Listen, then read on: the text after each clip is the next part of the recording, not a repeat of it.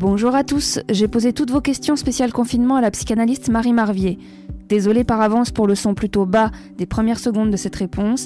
C'est une première pour moi d'enregistrer via une conversation téléphonique. Il a fallu ajuster un peu le micro.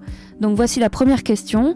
Pourquoi avons-nous envie de contacter notre ex ou pourquoi notre ex nous contacte-t-il pendant ce confinement ? D'un seul coup, on se retrouve dépouillé de tout ce qui était superflu dans notre vie, mais dont on ne savait pas que c'était superflu. On se retrouve réduit à l'essentiel, c'est-à-dire principalement les relations affectives.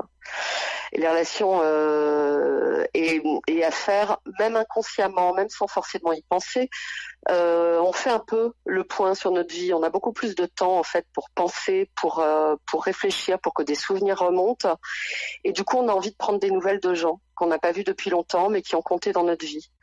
C'est un phénomène assez naturel en fait, oui. Mais est-ce que c'est une bonne chose de contacter notre ex ? Ah bah après ça dépend de comment vous êtes reçu. Chaque situation est individuelle évidemment, mais non, ça n'est pas grave en soi. Après ça dépend de ce que chacun en fait.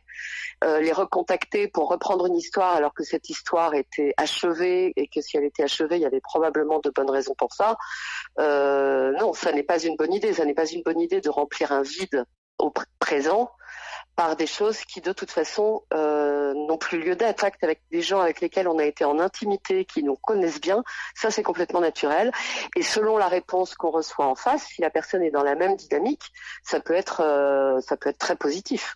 Oui, parce que certaines personnes disent qu'elles sont prêtes à pardonner à des personnes de leur entourage avec qui elles se sont embrouillées auparavant, pas forcément des ex.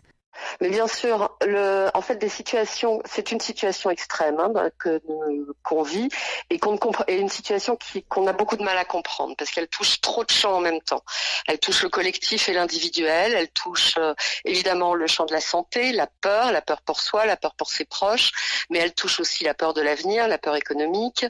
Elle est mondiale, personne ne sait ce qui va advenir du monde. Il peut en sortir des choses très positives, il peut aussi en sortir des catastrophes. On sait intimement tous que des drames en très très grande quantité sont en train de se jouer autour de nous avec le coronavirus, mais pas uniquement avec le coronavirus.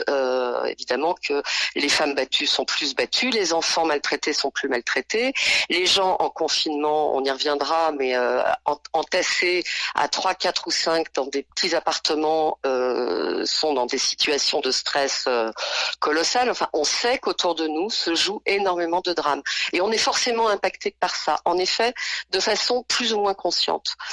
Donc, on a deux réactions possibles face à ça. Soit on s'enferme dans la colère, la revendication, la peur, on se laisse envahir par la peur et la peur va générer de la colère contre le gouvernement, contre tout ce qui ne nous convient pas et ce qui vient activer nos angoisses. Soit au contraire, on va vraiment se dépouiller des rancœurs. On va revenir à l'essentiel. Et finalement, les raisons pour lesquelles on s'est fâché avec des gens vraiment on a dit plus jamais, c'est terminé, je ne le verrai plus. Eh ben, on ramène ça à une plus juste proportion par rapport à la gravité de l'événement qui nous entoure. Et du coup, comme on est un peu en besoin de contact, comme je vous ai dit, de retrouver des gens qui nous connaissent bien, on retrouve de la bienveillance. Et plein de choses nous apparaissent dérisoires. Un grand merci à la psychanalyste Marie Marvier pour sa disponibilité. Pensez à vous abonner à la chaîne YouTube ou à nos différents réseaux sociaux pour être informé des nouvelles questions-réponses à venir.